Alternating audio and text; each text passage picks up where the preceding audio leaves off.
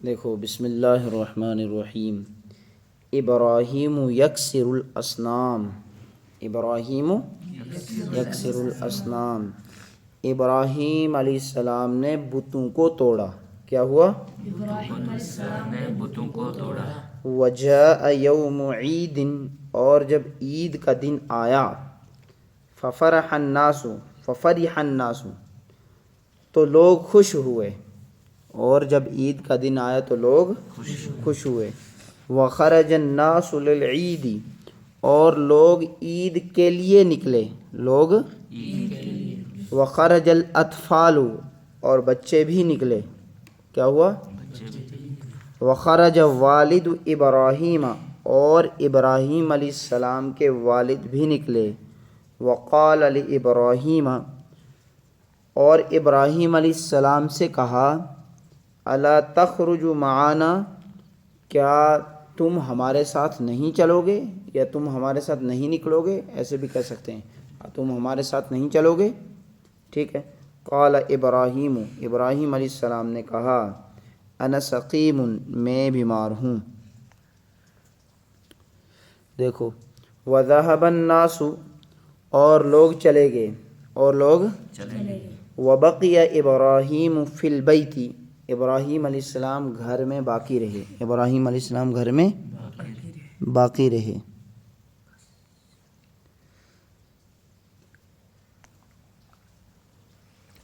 صحابہ کرام رضی اللہ عنہم، صحابہ کے متعلق آج ہم نے عقیدے پڑھنے ہیں، اسلامی عقائد کے اندر ہیں۔ عقیدہ نمبر 129، صحابہ صحابی کی جمع ہے، صحابہ یعنی ایک صحابی، دو صحابی، سب کو ملا کر صحابہ، ٹھیک ہے۔ صحابہ صحابی کی جمع ہے۔ صحابی اس شخص کو کہتے ہیں جو مؤمن ہو، ایمان کی حالت میں نبی پاک صلی اللہ علیہ وسلم سے ملاقات کی ہو، اور ایمان کی حالت میں ہی اس کی وفات ہوئی ہو۔ سمجھ آئی بات؟ صحابہ اس کو کہتے ہیں جو مومن ہو، یعنی ایمان والا ہو، پھر ایمان کی ہی حالت میں، یعنی مسلمان تھا، مسلمان ہونے کی حالت میں نبی پاک صلی اللہ علیہ وسلم سے ملاقات کی ہوگی۔ دو شرطیں۔ تیسری شرط، پھر ایمان ہی کی حالت میں فوت بھی ہوا ہو، یعنی مومن ہی دنیا سے مرا بھی ہو، ایسے شخص کو صحابی کہتے ہیں۔ عقیدہ نمبر 130، صحابہ کرام رضی اللہ عنہم پکے سچے مومن ہیں، یہ پکے اور سچے مومن ہیں، ان کے اوپر کوئی داغ دبا نہیں لائیں۔ عقیدہ نمبر 131، صحابہ کرام رضی اللہ عنہم عادل ہیں، یعنی عدل کرنے والے ہیں۔ عقیدہ نمبر 132، صحابہ کرام رضی اللہ عنہم حجت ہیں، کیا ہے یہ؟ حجت ہے۔ عقیدہ نمبر 133، صحابہ کرام رضی اللہ عنہم محفوظ ہیں، یعنی اگر ان میں سے کسی سے کوئی گناہ ہو بھی گیا ہو تو اللہ تعالیٰ نے ان کی توبہ قبول کر کے ان کے گناہوں کو معاف فرما دیا ہے۔ صحابہ محفوظ ہیں۔ کیسے محفوظ ہیں؟ ان میں سے اگر کسی سے گناہ ہو گیا، انہوں نے اللہ سے توبہ کی اور اللہ نے ان کی توبہ کو قبول کیا تو ان کو معاف فرما دیا۔ 134، صحابہ کرام رضی اللہ عنہم معمون ہیں، یعنی قیامت کے دن وہ ہر قسم کے عذاب سے مطمئن اور بے خوف ہوں گے۔ جیسے لوگ عذاب سے جو ہے ڈر رہے ہوں گے، تو صحابہ کے ساتھ یہ معاملہ نہیں ہوگا، وہ ہر قسم کے عذاب سے مطمئن ہوں گے اور بے خوف ہوں گے۔ 135، صحابہ کرام رضی اللہ عنہم قرآنی شخصیات ہیں، تاریخی نہیں ہیں۔ عقیدہ نمبر 136، صحابہ کرام رضی اللہ عنہم قرآنی اعزازات کا اولین مصداق ہیں، یعنی جن کو قرآن کا اعزاز ملا ہے سب سے پہلے یہی لوگ ہیں کہ ان کو ملا ہے۔ قرآن نبی پاک صلی اللہ علیہ وسلم پر نازل ہوتا تھا، نبی پاک صلی اللہ علیہ وسلم نے سب سے پہلے کن کو سنایا بھائی؟ صحابہ کرام رضی اللہ عنہم کو، اپنے شاگرد صحابہ کرام کو سنایا ہے، سب سے پہلے انہوں نے ہی یاد کیا، ان کو ہی اس کا شرف حاصل ہوا، ان کو ہی یہ اعزاز ملا۔ 137، صحابہ کرام رضی اللہ عنہم احکام شریعت پر امت میں سب سے پہلے عمل کرنے والے ہیں۔ شریعت نازل ہوئی نبی پاک صلی اللہ علیہ وسلم پر، اور اس کے بعد ان کے جو شریعت کے احکام تھے، احکام یہ حکم کی جمع ہے، تو شریعت کے جو حکم صادر ہوتے تھے ان پر سب سے پہلے عمل کرنے والے کون ہیں؟ صحابی. نبی پاک صلی اللہ علیہ وسلم کو حکم ہوا نماز پڑھو، یعنی یہ حکم نازل ہوا شریعت کا کہ بھائی نماز پڑھو، تو نماز سب سے پہلے کس نے پڑھی؟ صحابہ کرام رضی اللہ عنہم نے. نبی پاک صلی اللہ علیہ وسلم پر حکم نازل ہوا شریعت کا روزہ رکھنا ہے، تو روزہ سب سے پہلے شریعت میں کس نے رکھا؟ صحابہ کرام رضی اللہ عنہم نے. نبی پاک صلی اللہ علیہ وسلم پر یہ حکم نازل ہوا اگر تمہارے پاس مال زیادہ ہے، صاحب نصاب کی حیثیت تک پہنچتا ہے، تو تمہیں تمہارے مال کی زکوٰۃ دینا ہوگی. تو سب سے پہلے مالدار صحابہ نے زکوٰۃ دی. سمجھ آ رہی بات؟ نبی پاک صلی اللہ علیہ وسلم پر قرآن کریم نازل بھی ہوا، اور ساتھ یہ کہ اس کی تلاوت کرنے کا ثواب یہ بھی حضور پاک صلی اللہ علیہ وسلم نے فرمایا کہ جو قرآن کی تلاوت کرے اسے ثواب ملتا ہے. تو سب سے پہلے تلاوت قرآن کی کس نے کی؟ صحابہ کرام رضی اللہ عنہم اجمعین نے.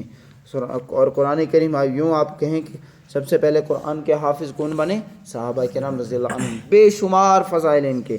تو یہ جو یہاں بات آئی نا، یہ عقیدہ کہ احکامات شریعت پر، یہ وہی بات ہے جو میں نے آپ کو بتایا کہ جو بھی حکم آسمان سے نازل ہوتا تھا نبی پاک صلی اللہ علیہ وسلم پر، تو سب سے پہلے اس حکم کے اوپر عمل کرنے والے صحابی تھے. 138 صحابہ کرام رضی اللہ عنہم کی توہین کرنا حرام اور غضب الہی کی دعوت دینا ہے. جو کسی ایک صحابی کی بھی توہین کرے گا وہ اللہ کے غضب کو، اللہ کے غصے کو دعوت دے گا، اور یہ حرام ہے. سمجھ آئی؟ کسی ایک چھوٹے سے چھوٹے صحابی کی توہین کرنا بھی یہ حرام ہے. 139 صحابہ کرام رضی اللہ عنہم تمام کے تمام جنتی ہیں. وہ تمام کے تمام کیا ہیں؟ جنتی ہیں. انہیں اللہ نے سرٹیفکیٹ دے دیا ہے جنت کا، رضی اللہ عنہم ورضوا عنہ. 140 صحابہ کرام رضی اللہ عنہم آخرت کے عذاب سے نجات پانے والے ہیں. یہ آخرت کے عذاب سے نجات پانے والے ہیں، بچ نکلنے والے ہیں، چھوٹے ہوئے ہیں. دیکھو 141 صحابہ کرام رضی اللہ عنہم ایمان اور اعمال کے لیے معیار حق ہیں. کیا ہیں؟ معیار حق ہیں، یعنی عقیدہ صحیح اور عمل سے صالح. عمل صالح کہتے ہیں نیک عمل کو. عقیدہ صحیح اور عمل صالح وہی معتبر و مقبول ہوگا جو صحابہ کرام رضی اللہ عنہم کے عقیدے اور عمل کے مطابق ہوگا. اب اس عبارت کو سمجھو. صحابہ کرام معیار حق ہیں عقیدہ اور اعمال میں، یعنی دیکھو یہاں لکھا ہے کہ عقیدہ صحیح. جو عقیدہ صحیح وہی ہوگا جو صحابی کا تھا. سمجھائی؟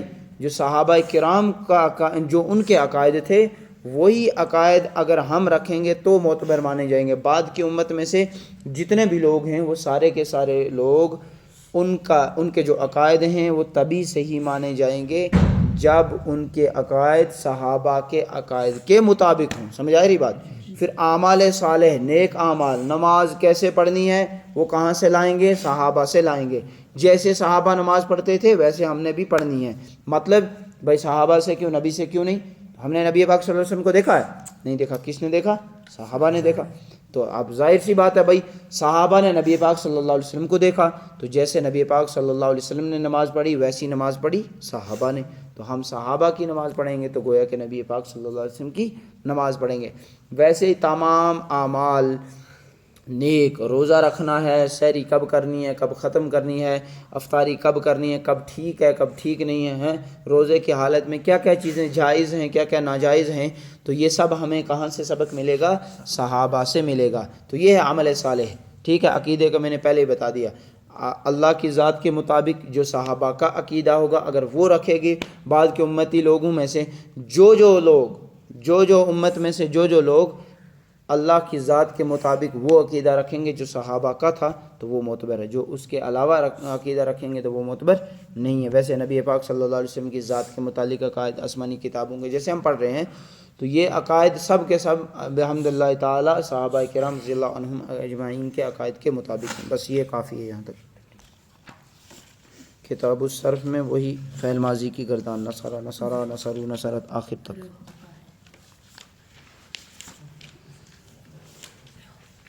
کتاب النحو میں آج ہم پڑھیں گے حرف. اسم فعل ہم نے پڑھا اور آج ہم تیسری چیز پڑھیں گے حرف. کلمے کی بنیادی طور پر تھی نا 3 قسمیں، اسم فعل اور حرف. 2 قسمیں ہم نے پڑھ لی اور تیسری قسم پڑھ رہے ہیں حرف. دیکھو وہ کلمہ جو اپنا معنی بتانے میں دوسرے کلمات کا محتاج ہو، دوسرے کلمات کا محتاج ہو، اور اس میں کوئی زمانہ بھی نہ پایا جائے، اس میں کوئی زمانہ بھی نہ پایا جائے. آسان لفظوں میں. اچھا یہاں تک آپ کو زبانی یاد کرنا ہے، زمانہ بھی نہ پایا جائے، ادھر تک زبانی یاد کرنا ہے.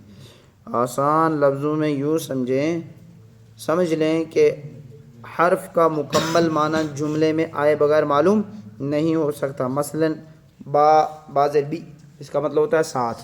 اب میں آپ کو صرف بول دوں گا ساتھ، نہ آگے بولوں نہ پیچھے، آپ کو کوئی سمجھ میں آ رہی بات؟ بھئی کیا ساتھ، کوئی مطلب ہی نہیں، پتہ ہی نہیں. من کا مطلب سے، الا کا مطلب تک، علا کا پر، فی میں، ان بے شک، فا زبر فا کا مطلب پاس، وا زبر وا کا مطلب اور. اب ان میں سے کوئی میں آپ کو سیدھا بولوں علا کا مطلب ہوتا ہے پر. اب کس پر کیا پر آپ کو پتہ ہی نہیں. جب تک نہ اس کو آگے پیچھے کوئی بات ملائی جائے تب تک حرف کا معنی سمجھ میں نہیں آتا. حرف کی اقسام، حروف کی دو اقسام ہیں. کتنی ہیں؟ حروف عاملہ اور حروف غیر عاملہ. یہ زبانی یاد کرنا. حروف کی کتنی اقسام ہیں؟ کیا کیا؟ حروف عاملہ. ہاں اچھا دیکھو، حروف عاملہ وہ حروف جو اپنے سے بعد والے اسم یا فعل کے اعراب میں کوئی تبدیلی لاتے ہیں. سمجھ آ رہی بات؟ حروف عاملہ وہ حروف، آپ کو کوئی پوچھے حروف عاملہ کون سے حروف ہیں، آپ بولیں وہ حروف جو اپنے سے بعد والے اسم یا فعل کے اعراب میں کوئی تبدیلی لاتے ہیں. جیسے باللہ، ان اللہ، الاللہ، لم یجعل، لن نجعل. اب دیکھو یہ جو ہے نا باللہ، با نے کیا تبدیلی لائی لفظ اللہ کے جو آخر والا ہا ہے نا، تو اس کو زیر دے دی. کیا دے دی؟ اصل میں تھا اللہ. کیا تھا؟ اللہ. تو با آیا تو اس نے اللہ ہی بنا دیا، باللہ ہی بنا دیا. اب دیکھو ان نہ لگا شروع میں تو اللہ ہوا نا آگے، تو اللہ کو کیا بنا دیا انہ نے؟ اللہ ہاں. دکھ رہا ہے نا، زبر لگا لیا. پھر الہ آ گیا تو اصل میں تھا اللہ، تو اللہ ہی، اس نے بھی زید دے دی. اصل میں تھا یجعلو. کیا تھا؟ تو شروع میں لگا حرف لم. کیا حرف لگا؟ تو لم نے یجعل بنا دیا. کیا بنا دیا؟ اچھا اصل میں تھا آگے نجعلو. کیا تھا؟ تو لن لگا، تو لن نے کیا بنا دیا؟ لن نجعلا. لن لام کو یہ تبدیلی لگا دی. تو اب یہ مثالیں آپ کو یاد کرنے کی ضرورت نہیں، یہ اوپر ہے تو وہ میں نے بتایا یہ یاد کرنا. حروف عاملہ کس کو کہتے ہیں؟ حروف غیر عاملہ. حروف وہ حروف جو اپنے سے بعد والے اسم یا فعل کے اعراب میں کوئی تبدیلی نہیں لاتے. حروف غیر عاملہ وہ حروف جو اپنے سے بعد والے اسم یا فعل میں کوئی اسم یا فعل کے اعراب میں کوئی تبدیلی نہیں لاتے. جیسے فاللہ، واللہ، فیجعل. دیکھو یہ حروف آیا، فا آیا، واو آیا، لیکن انہوں نے جو آخر والا پیش تھا وہ پیش ہی رہا. ٹھیک ہے، آگے دیکھو لکھا ان کی تفصیلات انشاءاللہ آگے آ رہی ہے. بس کافی ہے کہ الفاظ معنی بھی ہو جائیں گے. الفاظ معنی 3 ہی لائن کے 4 ٹھیک ہے. فقہ میں آج ہم چوتھا طریقہ پڑھیں گے، پاک کرنے کا چوتھا طریقہ پڑھیں گے. وہ کیا ہے؟ وہ ہے جلانا. آگ بھی نجاست کو جلا کر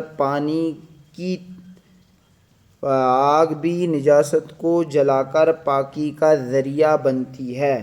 کیا آگ بھی نجاست کو جلا کر پاکی کا ذریعہ بنتی ہے؟ چنانچہ بعض چیزوں پر نجاست لگی ہو اور انہیں آگ میں ڈال دیا جائے اور آگ نجاست کے ذرات کو جلا کر ختم کر دے تو بھی وہ چیزیں پاک سمجھی جائیں گی.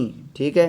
چنانچہ دیکھو نمبر 1، چاقو، چھری، اسی طرح تانبے، لوہے یا اسٹیل کے برتنوں پر نجاست لگی ہو اور انہیں دہکتی آگ میں ڈال دیا جائے تو وہ پاک ہو جاتے ہیں. آپ کے پاس چاقو تھا، آپ نے اس چاقو کے ذریعے جانور کو ذبح کیا. اب جانور کے گلے کا خون لگا آپ کے اس چاقو پر، آپ کی اس چھری پر، تو وہ چھری چاقو پاک ہوگا یا ناپاک؟ ناپاک ہوگا. اب آپ نے آگ جل رہی تھی، آپ نے اس آگ کے بیچ میں اس کو ڈال دیا، کافی دیر تک ڈال دیا، تو اب ظاہر سی بات ہے آپ اتنی دیر ڈالیں گے، پہلے وہ سوکھے گا، پھر وہ خون کے ذرات جل کر تو اسی میں آگ میں گر جائیں گے، اب وہ پاک ہو جائے گی. اس کے بعد آپ نکالیں گے کسی چیز سے یا زمین پر رگڑیں گے تھوڑا ادھر ادھر تو وہ پاک ہو جائے گی. ویسے ہی کسی برتن کو لگی تھی، لوہے کے برتن کو، تانبے کے برتن کو، اسٹیل کے برتن کو، تو اس کو لگی تھی تو آپ نے اس کو کیا کہتے ہیں آگ میں ڈال دیا تو وہ برتن پاک ہو جائے گا. نجاست اس کو لگی تھی تو آپ نے وہ اس کو ڈالا تو وہ برتن کیا ہو جائے گا؟ پاک ہو جائے گا. لیکن کبھی کیا کہتے ہیں کہ آپ کے پاس پلاسٹک کا برتن ہے، اس کو نجاست لگ جائے تو اس کو آگ میں ڈالو فوراً پاک ہو جائے گا. ہو جائے گا پاک؟ کیوں نہیں ہوگا بھائی؟ جل جائے گا. تو جل جائے گا. ہاں. نمبر 2، ناپاک مٹی سے اینٹ بنائی گئی، پھر اسے بھٹی میں پکایا گیا تو پکنے کے بعد وہ پاک ہو جائیں گی. ٹھیک ہے. ایک جگہ تھی وہاں ناپاک تھی، یعنی زمین جو تھی وہاں کی مٹی جو تھی وہ ناپاک تھی. اب کسی نے اسی مٹی کو اٹھایا اور اس کی اینٹیں بنا دیں. اب جب وہ اسے بھٹی میں رکھے گا پکانے کے لیے تو چونکہ آگ کے ذریعے ان کو پکایا جاتا ہے نا، آپ کو پتہ ہی ہے سب کو کیسے اینٹوں کو پکاتے ہیں، اینٹوں کی بھٹی کیسی ہوتی ہے سب کو پتہ ہے.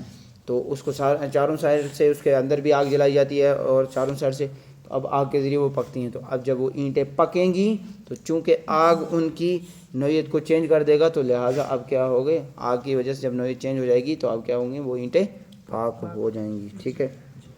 اگلا دیکھ لو ذرا. نمبر 5 ہے دباغت. کیا ہے یہ؟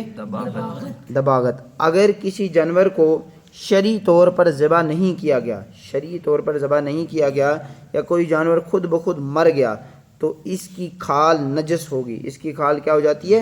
نجس ہو جاتی ہے. نجس سمجھتے ہیں نا، ناپاک ہو جاتی ہے. نجس ناپاک ہو جاتی ہے. ٹھیک ہے. اسے پاک کرنے کا ذریعہ دباغت ہے. اسے پاک کرنے کا ذریعہ کیا ہے؟ دباغت. جس کا طریقہ یہ ہے کہ کھال کو دھوپ میں ڈال کر اس کی رطوبات خشک کر لی جائے، یا پھر کھال پر نمک یا کوئی کیمیکل لگا کر اس کی رطوبات کو دور کر کے اسے خشک کر لیا جائے تو وہ کھال کیا ہو جائے گی؟ پاک ہو جائے گی. ٹھیک ہے. وہ کھال کیا ہو جائے گی؟ پاک ہو جائے گی. یہ بات مجھے لگتا ہے آپ کو سمجھ آ گئی ہوگی. دوبارہ سمجھاتا ہوں. جانور کو ایک تو ذبح کرنا ہے. جانور کو آپ ذبح کرتے ہیں تو ذبح کرنے کے بعد جو جانور ہوتا ہے اس کی جو کھال ہوتی ہے وہ سب چیزیں پاک ہوتی ہیں، ناپاک نہیں ہوتی. آپ نے بھیڑو کو، بکرے کو ذبح کیا، اس کے بعد اس کی کھال ادھیڑی، اب اسے چاہیں آپ استعمال کرنا نماز کے لیے کر سکتے ہیں، جہاں استعمال کرنا چاہیں تو کر سکتے ہیں، وہ چونکہ پاک ہے. ایک آپ کے پاس ایسا بکرا تھا، ایک آپ کے پاس ایسا بھیڑو تھا، دمبا تھا، وہ مر گیا، خود بخود مر گیا. تو اب آپ اگر چاہتے ہیں کہ اس کی کھال کو نکالیں اور کسی کام میں لگا دیں، اب وہ مر گیا تو چونکہ وہ نجس ہو گیا نا، مردار ہے بھائی، تو مردہ تو ناپاک ہے نا، نجس ہے نا مردہ. نجس کس کو کہتے ہیں؟ ناپاک کو نا. نجس کہتے ہیں ناپاک کو. تو وہ ہو گیا نجس، وہ ہو گیا ناپاک. تو جب وہ ناپاک ہو گیا تو اس کی کھال بھی ناپاک ہو گئی. جب کھال ناپاک ہوگی تو اب اس کو پاک کیسے کرنا ہے؟ دباغت کے ذریعے. دباغت مطلب اس کو آپ نے کھال کو نکالنا ہے، پھر دھوپ میں رکھ دینا ہے. تو اتنے دنوں رکھنا ہے. رطوبیت ہے نا، چپچپا پن، اس کے اندر جو ایک تری ہوتی ہے، تو ظاہر سی بات ہے بھائی، جب فوراً مرے گا جانور کھالو دڑیں گے تو اس کو تو ہوتی ہے نا تری، گیلا گیلا رہتا ہے نا، وہ چپچپا پن اس کے اندر رہتا ہے. آپ اس کو دھوپ میں رکھیں گے تو وہ سوکھ کر بالکل سیٹ ہو جاتا ہے. سوکھنے کے بعد جب وہ سوکھ جائے گا، رطوبیت اس کی ختم ہو جائے گی تو یہ پاک ہو جائے گا. نمبر 1.